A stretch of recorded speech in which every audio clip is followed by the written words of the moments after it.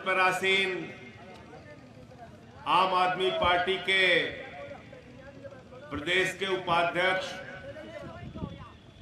और इस जिले के प्रभारी हमारे साथी हैदर भाई,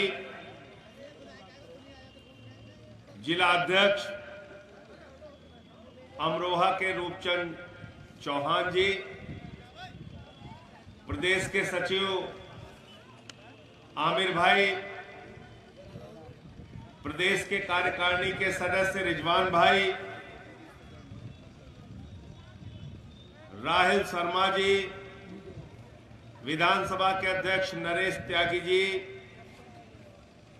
इस क्षेत्र से हमारे लोकप्रिय प्रत्याशी और आपके समर्थन, आपके वोट, आपके आशीर्वाद, आपके झाड़ू चलाने से होने वाले इस क्षेत्र के विधायक अमर सिंह खड़गवंशी जी,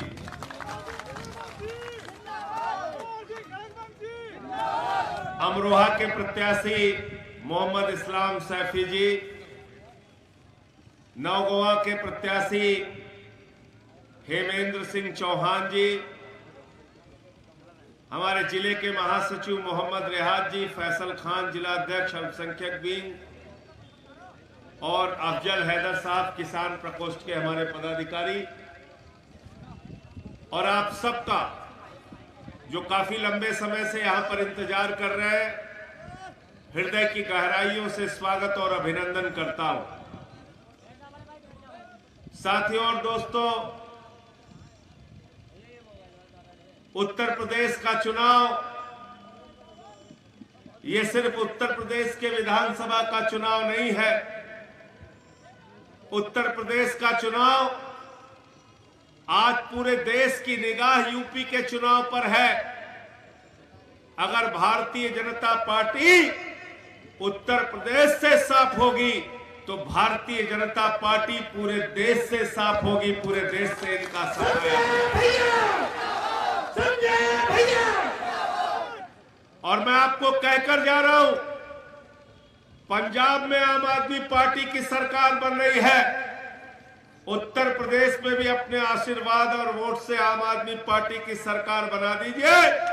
सारे गुंडे, माफिया और धर्म के नाम पर नफरत फैलाने वालों को बिल्कुल दुरुस्त करके ठीक कर दिया जाएगा।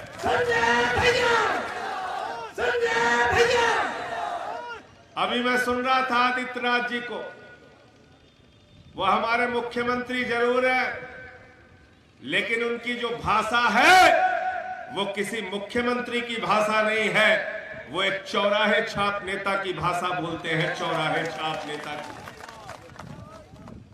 दिल्ली के लोकप्रिय मुख्यमंत्री, दिल्ली के चुने हुए मुख्यमंत्री अरविंद केजरीवाल जी, मैं कहना चाहता हूं आदित्यनाथ जी, अरविंद केजरीवाल के परिवार में कोई ग्राम प्रधान नहीं था।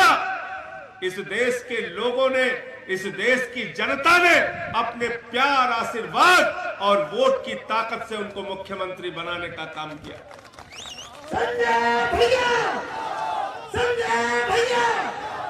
उस मुख्यमंत्री के लिए आदित्यनाथ जी कहते हैं, सुनो केजरीवाल, केजरीवाल तुम्हारे घर में नौकरी करता है, केजरीवाल नौकरी करता है। ऐसी भाषा का इस्तेमाल करोगे तो मैं कहना चाहता हूं, सुनो आदित्यनाथ जी, एकदम दिमाग ठीक करके और तमीज से बात करना सीख लो। ये आम आदमी पार्टी के लोग हैं, जिस भाषा में बात करोगे उसी भाषा में तुमको जवाब दिया जाएगा, उसी भाषा में।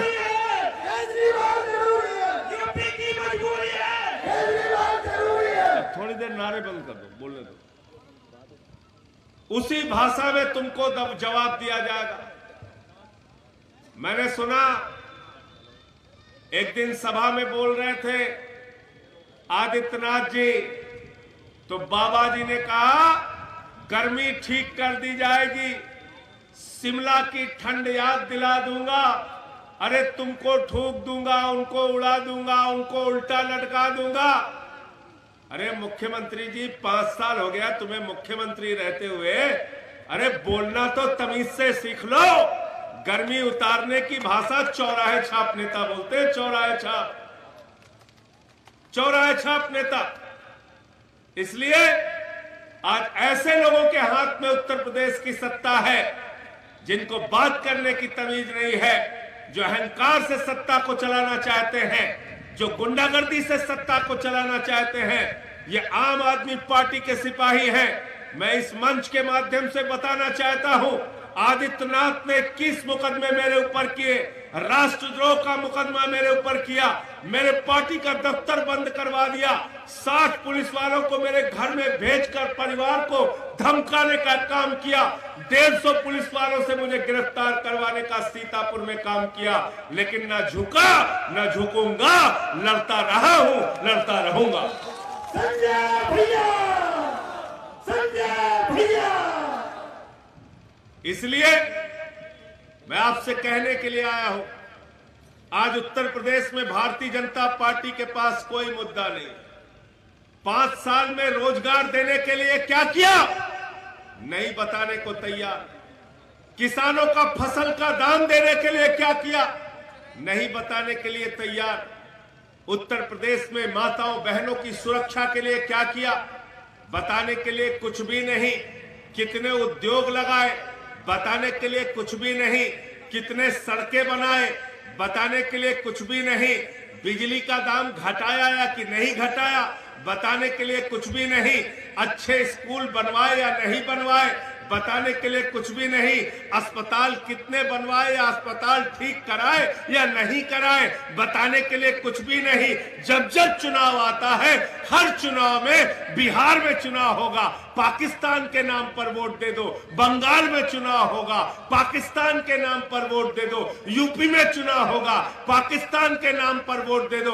अरे हम पाकिस्तान से नहीं डरते। अगर भाजपाइयों तुमको डर लगता है तो चुनाव प्रचार में निकलना बंद करो। गलत तो नहीं कह रहा हूं। हिंदुस्तान की आबादी कितनी है, 130 करोड़। कितनी है, 30 करोड़। और पाकिस्तान की आबादी कितनी है, 20-22 करोड़। तो 130 करोड़ की आबादी वाले लोगों को दिन रात ये भाजपाई पाकिस्तान से डराते रहते हैं। दिन रात पाकिस्तान से डरो, पाकिस्तान से डरो। अरे हमको डर नहीं लगता पाकिस्तान से। अगर भाजपाइयों तुमको डर लगता है तो ताले में अपने आप को घर में बंद कर लो, चुनाव प्रचार में मत निकलो चुनाव प्रचार में। और दूसरा, चुनाव में क्या प्रचार कर रहे हैं, जहां जाते हैं जिन्ना जिन्ना जिन्ना जिन्ना। एक तो भाजपाइयों पे मुझे दया आती है, हिंदुस्तान का चुनाव लड़ते हैं पाकिस्तान के नेता के नाम पे।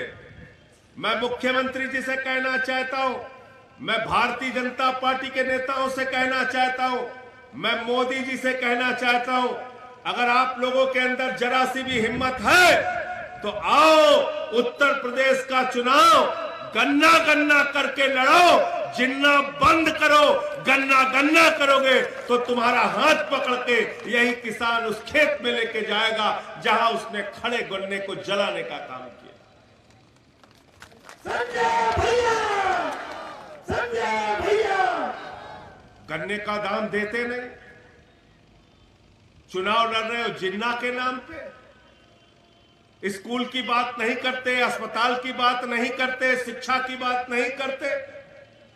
केजरीवाल जी चुनाव प्रचार में जाते हैं तो पूछते हैं स्कूल होना चाहिए कि नहीं होना चाहिए, अस्पताल होना चाहिए कि नहीं होना चाहिए, सड़कें होनी चाहिए कि नहीं होनी चाहिए, बच्चों की फीस माफ होनी चाहिए कि नहीं होनी चाहिए, 300 यूनिट बिजली फ्री होनी चाहिए कि नहीं होनी चाहिए। और आदित्यनाथ बाबा चुनाव प्रचार करने निकलते हैं तो कहते हैं शमशान होना चाहिए कि नहीं होना चाहिए। कहते हैं कि नहीं कहते हैं? कहते हैं कि नहीं कहते हैं? अरे हमको शमशान नहीं चाहिए, हमको अपने बच्चों के लिए अच्छे स्कूल चाहिए, अच्छे अस्पताल चाहिए, अच्छे सड़कें चाहिए, बिजली मुफ्त चाहिए, नौजवानों के हाथ में रोजगार चाहिए और किसान को उसके फसल का दाम चाहिए। ये इतने मनहूस लोग हैं, इन भाजपाइयों से सावधान हो जाना।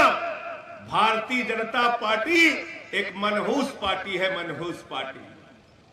इन्होंने 2017 के पहले पूरे उत्तर प्रदेश में गांव-गांव में गए, शहरों में गए, कस्बों में गए, बाजारों में गए, बड़ी बड़ी रैलियां की, डोर टू डोर कैंपेनिंग किया, एक ही बात घूम घूम के कहने लगे, शमशान बनाना है, शमशान बनाना है, शमशान बनाना है। और इन बेईमानों ने कोरोना की महामारी में गांव-गांव में शमशान बनाने का काम किया। बनाया कि नहीं बनाया शमशान, बताओ? बनाया कि नहीं बनाया? तो शमशान बनाने वाले मनहूस है कि नहीं है? मनहूस है कि नहीं है? ये मनहूस पार्टी है। और दूसरा काम क्या करते हैं? झगड़ा लड़ाओ, झगड़ा लड़ाओ। इनकी पूरी योजना टीवी पे नहीं देखते, मुर्गा लड़ाओ योजना, 2 मुर्गे बैठाल देते, लड़ाते रहते हैं। देखते हो ना? देखते हो नहीं देखते हो? यूपी का चुनाव लड़ते हैं तो क्या करते हैं? हिंदू मुसलमान आपस में झगड़ा करा देते हैं। बिहार का चुनाव लड़ते हैं तो क्या करते हैं? हिंदू मुसलमान आपस में झगड़ा करा देते हैं। बंगाल का चुनाव लड़ते हैं तो क्या करते हैं? हिंदू मुसलमान आपस में झगड़ा कराते हैं। जब पंजाब का चुनाव लड़ते हैं तो क्या करते हैं? हिंदू सिख आपस में झगड़ा करा देते हैं। जब महाराष्ट्र का चुनाव लड़ते हैं तो क्या करते हैं? मराठा गैर मराठा आपस में झगड़ा करा देते हैं। जब गोवा का चुनाव लड़ते हैं तो क्या करते हैं? हिंदू ईसाई आपस में झगड़ा करा देते हैं। जब हरियाणा का चुनाव लड़ते हैं तो क्या करते हैं? जाट गैर जाट आपस में झगड़ा करा देते हैं। अरे ये भारतीय झगड़ा पार्टी है, इसको अपने मोहल्ले में मत बुलाना, नहीं घर घर में झगड़ा करा देंगे। क्या पार्टी है भाई ये? भारतीय झगड़ा, भारतीय झगड़ा पार्टी। तो अब जब ये आपके बीच में वोट डालने के लिए आए तो इनसे कह देना, भैया हमको पति पत्नी में झगड़ा नहीं कराना, हमारे घर मत आना, हमारे घर मत आना। ये भारतीय झगड़ा पार्टी है, इनसे होशियार हो जाओ। अभी कैराना में गए थे हमारे गृह मंत्री जी। गृह मंत्री का नाम क्या है? क्या नाम है? क्या नाम है? अमित शाह। उनको प्यार से लोग मोटा भाई भी कहते हैं, मोटा भाई। तो मोटा भाई अभी गया था प्रचार करने कैराना में, तो मोटा भाई ने कहा हम अब पलायन नहीं होने देंगे। मैंने कहा अरे बेईमानो, 5 साल से उत्तर प्रदेश में ट्रंप की सरकार चल रही है क्या? ओबामा की सरकार चल रही है क्या? लालू यादव मुख्यमंत्री है क्या? देश का प्रधानमंत्री नरेंद्र मोदी हिंदू, देश का रक्षा मंत्री राजनाथ सिंह जी हिंदू, देश के गृह मंत्री अमित शाह जी हिंदू, उत्तर प्रदेश के मुख्यमंत्री आदित्यनाथ जी हिंदू। जब ऊपर से लेकर नीचे तक हिंदू बैठे हैं तो हिंदुओं का पलायन कैसे हुआ? पहले अपने पद से इस्तीफा दो, तब इस मुद्दे पे बात करें।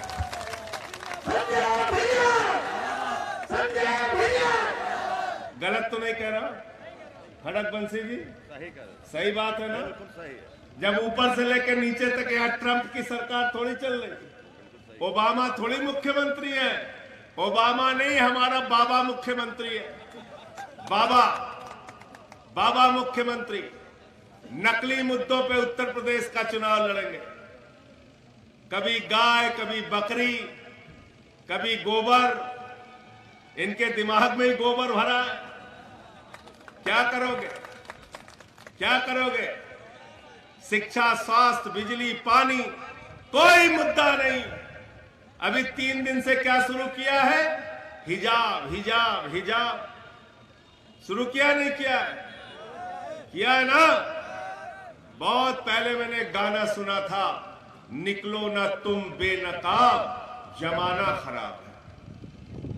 सुना नहीं सुना है? और भाजपाई क्या कह रहे हैं? नकाब पहन के बेटियां निकलेंगी तो हम उनके साथ छेड़खानी करेंगे। हिंदुओं की बेटियां भी नकाब पहन के, घूंघट निकाल के, पल्लू डाल के निकलती हैं। सिखों की भी बेटियां सर ढक कर निकलती हैं। ईसाइयों की भी बेटियां सर ढक कर निकलती हैं। दलितों की भी महिलाएं, बुजुर्ग, बहुएं घूंघट निकाल कर निकलती हैं। पिछड़ों के भी घरों की माताएं बहनें घूंघट निकाल कर निकलती हैं।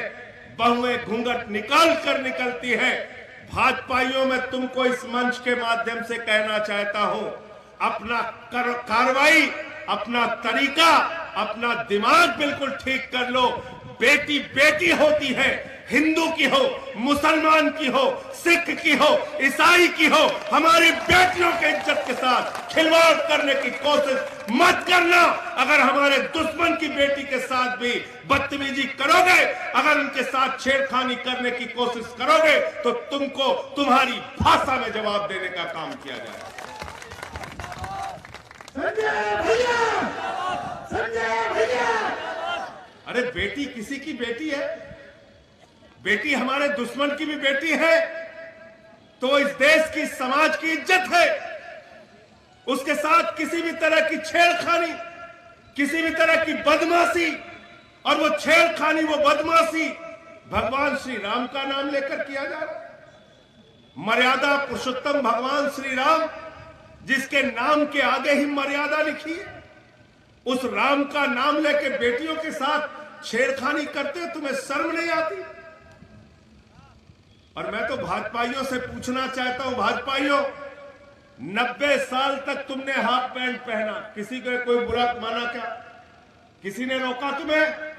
किसी ने रोका? नहीं रोका। 90 साल तक भाजपाइयों ने हाफ पैंट पहना, किसी ने नहीं रोका। 90 साल के बाद उन्होंने तय किया, अब हम हाफ पैंट नहीं पहनेंगे, फुल पैंट पहनेंगे। तुम्हारी मर्जी है, किसी ने मना किया? कोई रोकने गया? अमर सिंह तुमने रोका? नहीं रोका। पहनो फुल पैंट। 90 साल में भाजपा का एक ही विकास हुआ है, पहले हाफ पैंट पहनते थे, अब फुल पैंट पहनने लगे। पहले हाफ पहनते थे, अब फुल पहन रहे, कोई रोक नहीं रहा उनको। क्यों तुम्हें परेशानी है? ये तमाम नकली मुद्दे हैं। असली मुद्दे क्या है? असली मुद्दे तुम्हारी जिंदगी से जुड़े हुए हैं। असली मुद्दे तुम्हारी तरक्की से जुड़े हुए हैं। असली मुद्दे तुम्हारे विकास से जुड़े हुए हैं। असली मुद्दे उत्तर प्रदेश को आगे ले जाने से जुड़े हुए हैं। और आम आदमी पार्टी ने कहा है, अरविंद केजरीवाल की गारंटी है, आम आदमी पार्टी की गारंटी है कि आम आदमी पार्टी की सरकार उत्तर प्रदेश में बनी तो हर परिवार को 300 यूनिट बिजली फ्री दी जाएगी। यह हमारा ऐलान है। संजय भैया। और 10 तारीख को रिजल्ट आ जाएगा। अमर सिंह के साथ सारे लोग अपने बिजली का बिल का बकाया लेकर चलना। होलिका में पुराने बिजली के बिल का बकाया जला दिया जाएगा। संजय भैया। सारा पुराना बिजली का बिल का बकाया माफ किया जाएगा। दूसरा हमने तय किया है, किसानों को मुफ्त बिजली दी जाएगी। 24 घंटे उत्तर प्रदेश में बिजली दी जाएगी। और हम कोई हवा में बात नहीं करते, हमने करके दिखाया है। दिल्ली की सरकार 200 यूनिट बिजली फ्री और 400 यूनिट बिजली आधे दाम पर देने का काम करती है कि नहीं है? दूसरा हमने क्या कहा है? हमने कहा है हर मां बाप का, गरीब हो अमीर हो, सबका एक ही सपना होता है, उसका बच्चा अच्छे स्कूल में पढ़ाई करे। आम आदमी पार्टी की सरकार बनवा दो। साथियों, मैं आपसे कहना चाहता हूं, प्राइवेट स्कूल से बेहतरीन सरकारी स्कूल बनाया जाएगा, जैसे दिल्ली के अंदर बनाने का काम किया। दिल्ली में जब केजरीवाल जी मुख्यमंत्री बने, सरकारी स्कूलों का दौरा करने जाते थे, बच्चे टाट पट्टी पर बैठ के पढ़ते थे। टॉयलेट का इंतजाम नहीं होता था बच्चियों के लिए।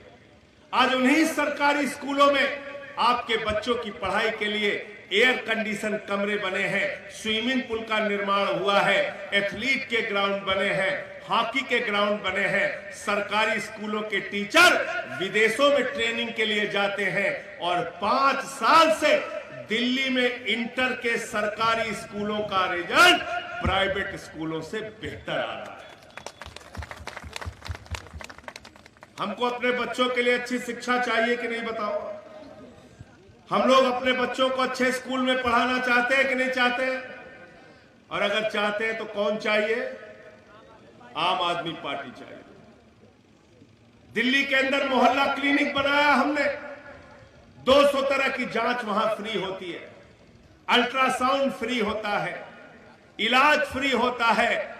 और हमारी सरकार ने कहा, अरविंद केजरीवाल जी ने कहा, अगर सरकारी अस्पताल में ऑपरेशन की तारीख 1 महीने से ज्यादा मिल जाए तो प्राइवेट अस्पताल में ऑपरेशन करा लेना, पूरा खर्चा दिल्ली की सरकार उठाएगी। हमने शिक्षा ठीक किया, हमने स्वास्थ्य की व्यवस्था ठीक की, माताओं बहनों के लिए बस की यात्रा फ्री की। उत्तर प्रदेश में भी हमने ऐलान किया है, माताओं बहनों के लिए पूरे यूपी में बस की यात्रा फ्री होगी, टोटल फ्री करेंगे। संजय भैया, उत्तर प्रदेश के अंदर हमने ऐलान किया है, नौजवान जो बेरोजगारी के कारण लाठियां खाता है, जो एफआईआर और मुकदमे झेलता है, जो हताशा और निराशा के कारण आत्महत्या करने को मजबूर होता है, इस दर्द को आम आदमी पार्टी ने समझा और लिखा है अपने घोषणा पत्र में 10 लाख नौकरी हर साल, और जब तक नौकरी नहीं मिल जाती नौजवानों को हर महीने 5,000 रुपए बेरोजगारी भत्ता दिया जाए। और हमारी बहनें बैठी है यहां पर, माताएं बहनें, इनको कहीं थोड़ी बहुत कुछ जरूरत होती है, कभी पति के सामने हाथ फैलाना पड़ता है, कभी बेटे के सामने हाथ फैलाना पड़ता है, कभी भाई के सामने हाथ फैलाना पड़ता है। हमारी सरकार बनने पर हमने कहा है, उत्तर प्रदेश की हर महिला को 1,000 रुपए प्रतिमाह दिया जाएगा। किसानों के लिए हमने ऐलान किया है, गन्ने का बकाया सरकार बनने के 24 घंटे के अंदर पूरा करेंगे, और कोई भी गन्ना अपना मिल पर बेच के आएगा, गेहूं बेच कर आएगा, धान बेच कर आएगा, आलू बेच कर आएगा, 24 घंटे के अंदर किसान के खाते में उसका दाम होगा, उसके फसल का दाम होगा। और हम लोग जो कहते हैं उसको करके दिखाते हैं, हम झूठ बोलने का काम नहीं करते। लोग हमसे कहते हैं, संजय सिंह जी दिल्ली छोटी है, आपने दिल्ली में वादे पूरे कर दिए, उत्तर प्रदेश बड़ा है, यूपी में वादे कैसे पूरे करोगे? तो मैं उनसे कहता हूं, दिल्ली छोटी है, उसका बजट है 60,000 करोड़, उत्तर प्रदेश बड़ा है, इसका बजट है 5,80,000 करोड़ रुपया। कितना है? 5,80,000 रुपए करोड़। और 300 यूनिट तक बिजली फ्री देने के लिए मात्र 19,000 करोड़ का खर्चा आएगा। सभी नौजवानों को हर महीने 5,000 देने में मात्र 20,000 करोड़ का खर्चा आएगा, और ये खर्चा आम आदमी पार्टी की सरकार ईमानदारी से चलाकर निकाल सकती है, दिखा सकती है, और आपके सपने पूरा कर सकती है। हमने कहा, बगैर शिक्षा के तरक्की नहीं होगी, और इसीलिए हमने कहा, दिल्ली के सरकारी स्कूलों में बाबा साहेब डॉक्टर भीमराव अंबेडकर का संविधान पढ़ाया जाएगा। हमने कहा, यह देश किसी योगी के फरमान से नहीं चलेगा, किसी मोदी के फरमान से नहीं चलेगा, यह देश चलेगा तो बाबा साहब डॉक्टर भीमराव अंबेडकर के संविधान से चलेगा। और आप जाकर देखिए दिल्ली के सरकारी स्कूलों में, हमारी सरकार ने फैसला किया है, सरकारी स्कूलों में हम संविधान पढ़ाते हैं, संविधान।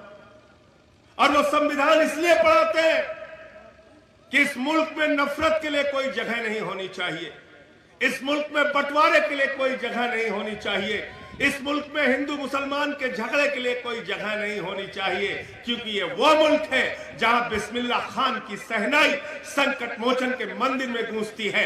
ये वो मुल्क है जहां मलिक मोहम्मद जायसी पद्मावत लिखते हैं। ये वो मुल्क है जहां रसखान को पढ़कर हम भगवान कृष्ण के बारे में जानते हैं। ये वो मुल्क है जहां मोहम्मद रफी गाना गाते हैं, सुख के सब साथी दुख में ना कोई, मेरे राम तेरा नाम एक साचा दूजा ना को। और इस मुल्क में भाजपाई बांटने की बात करते हैं। हमारा गृह मंत्री अमित शाह, उसने मुगली घुट्टी 555 पी रखा है। देखे हो कि नहीं देखे हो? मुगली घुट्टी 500, महिलाएं जानती होंगी, बच्चे भी जानते होंगे। 1.5 साल में बच्चा पीना बंद कर देता है। हमारा गृह मंत्री अभी तक पी रहा है मुगली घुट्टी 555। क्या कह रहा है? कह रहा जाटों से हमारा 650 साल पुराना रिश्ता है। मेरा तो दिमाग ही उड़ गया। मैंने कहा जितने कॉन्फिडेंस से भाजपाई झूठ बोलते हैं, इतने कॉन्फिडेंस से कोई सच भी नहीं बोल सकता। 650 साल। बताइए 80 में उसकी पार्टी बनी भाजपा, कह रहा 650 साल पुराना। मैंने कहा अरे भाई अमित शाह जी, 650 साल पहले तुम्हारी पार्टी का नाम क्या था ये तो बता दो। भारतीय पाषाण युग पार्टी क्या नाम था बताओ, बताओ। नहीं मालूम। कहता जाटों ने भी मुगलों से लड़ाई लड़ी थी, हम भी मुगलों से लड़ाई लड़ रहे हैं। 10 दिन हो गया मैं खोज रहा हूं हिंदुस्तान में एक भी मुगल मिल जाए, एक मुगल नहीं मिला। अरे हिंदुस्तान के अंतिम मुगल बादशाह हुए बहादुर शाह जफर, और बहादुर शाह जफर की अगुवाई में मंगल पांडे ने लड़ाई लड़ी थी। बहादुर शाह जफर की अगुवाई में झांसी की रानी ने लड़ाई लड़ी थी। बहादुर शाह जफर के 2 बेटों के सर अंग्रेजों ने कटवा दिए थे। अमित शाह, क्या तुम बहादुर शाह जफर से लड़?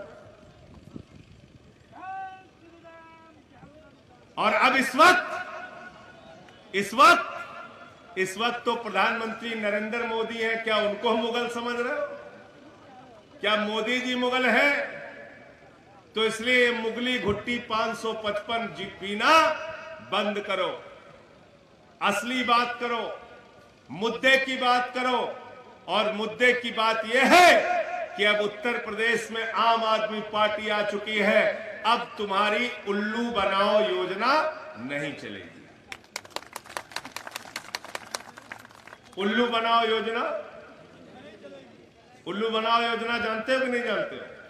बस एक कहानी सुना के उसके बाद आपके बीच से चला जाऊंगा। इसको ध्यान से सुनना और सबको सुनाना। उल्लू बनाओ योजना। चुनाव में भाजपा भी लड़ रही है, सपा भी लड़ रही है, कांग्रेस भी लड़ रही है, बसपा भी लड़ रही है, और ये सारी पार्टियां क्या चला रही है? उल्लू बनाओ योजना। और आम आदमी पार्टी क्या चला रही है? काम करो योजना। तो काम करो योजना चाहिए या उल्लू बनाओ योजना चाहिए? बताओ हमको। क्या कहते हैं बाबा जी? बाबा जी कहते हैं उत्तर प्रदेश का चुनाव 80 और 20 पर होगा, 80 और 20 पर होगा। मैंने कहा बाबा जी उत्तर प्रदेश का चुनाव गरीब बच्चों की फीस पर होगा, 80 और 20 पर नहीं होगा। बहुत कर लिया तुमने 80-20, बहुत कर लिया।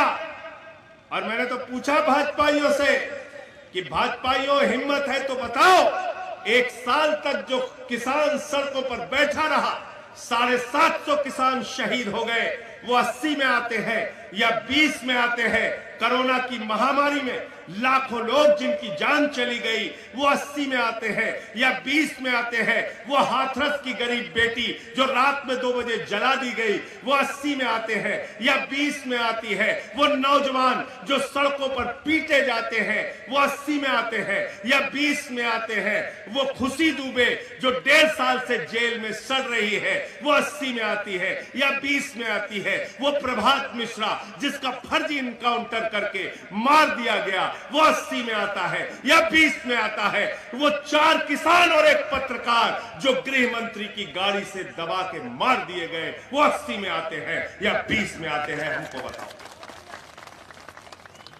बताओ हमको।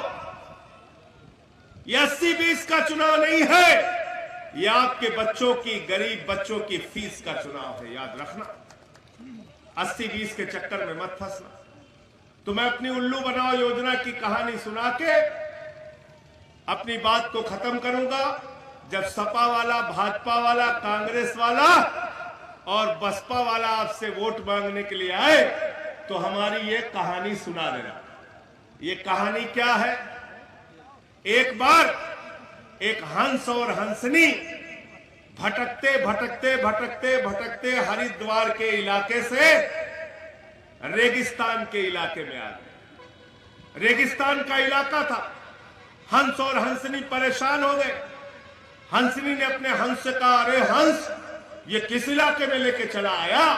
यहां ना पेड़ है, ना पौधे हैं, ना झील है, ना झरने हैं, ना हरियाली है, ना खुशहाली है। हंस ने अपनी हंसनी से कहा, अरे हंसनी, अरे प्रिय, किसी तरीके से शाम हो जाने दे, रात बीत जाने दे, जैसे ही सुबह होगी हम लोग वापस हरिद्वार चले जाएंगे। शाम हुई, एक पेड़ दिखा उस रेगिस्तान में। हंस और हंसनी उस पेड़ के नीचे चले गए। उस पेड़ के ऊपर एक उल्लू बैठा हुआ था। जब रात हुई तो हंसनी ने फिर अपने हंस से कहा, अरे हंस, ये किस इलाके में लेके चला आया? ये कैसा बर्बाद इलाका है, ये कैसा तबाह इलाका है, ये कैसा रेगिस्तान का इलाका है। यहां ना पेड़ है, ना पौधे हैं, ना झील है, ना झरने हैं, ना हरियाली है, ना खुशहाली है। हंस ने फिर अपनी हंसनी से कहा, प्रिय, अरे रात बीत जाने दे, जैसे ही सुबह होगी हम तुम वापस चले चलेंगे हरिद्वार। रात बीती, सुबह हुई, हंस अपने हंसनी को लेकर आगे बढ़ने लगा। पेड़ पर बैठा हुआ उल्लू नीचे आ गया। उसने जाके हंसनी का हाथ पकड़ा और कहने लगा, अरे हंस, मेरी पत्नी को लेकर कहां जा रहा है? हंस ने कहा, भाई मैं हंस हूं, ये हंसनी है, मैं इसका पति हूं, ये मेरी पत्नी है। अरे तू तो उल्लू है, ये तेरी पत्नी कैसे हो गई? उल्लू ने कहा, दिमाग संभाल के बात करना, ये मेरा इलाका है, यहां के आदित्यनाथ हम ही हैं। अब जब उसने आदित्यनाथ का नाम सुना तो डर गया हंस। दोनों में झगड़ा हुआ, विवाद हुआ। गांव वाले बुलाए गए, पंच बुलाए गए। पंचों ने पूछा, भाई मामला क्या है? हंस ने कहा, मैं हंस हूं, ये हंसनी है, मैं इसका पति हूं, ये मेरी पत्नी है। ये उल्लू को देखिए, उल्लू कह रहा हंसनी उसकी पत्नी है। पंचों आप ही न्याय कर दो। पंचों ने कहा, भाई मामला बहुत गंभीर है, थोड़ा इस पे विचार करना पड़ेगा, आपस में चर्चा करनी पड़ेगी, तब फैसला दे पाएंगे। पंच लोग किनारे गए, उन्होंने आपस में बातचीत की।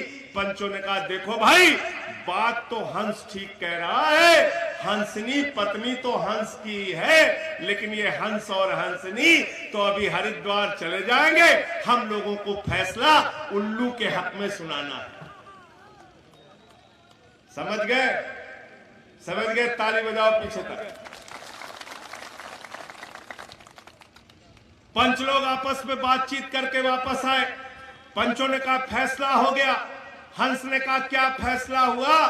पंचों ने कहा, जी फैसला यह हुआ कि हंसनी उल्लू की पत्नी है और हंस को गांव छोड़ने की इजाजत दी जाती है।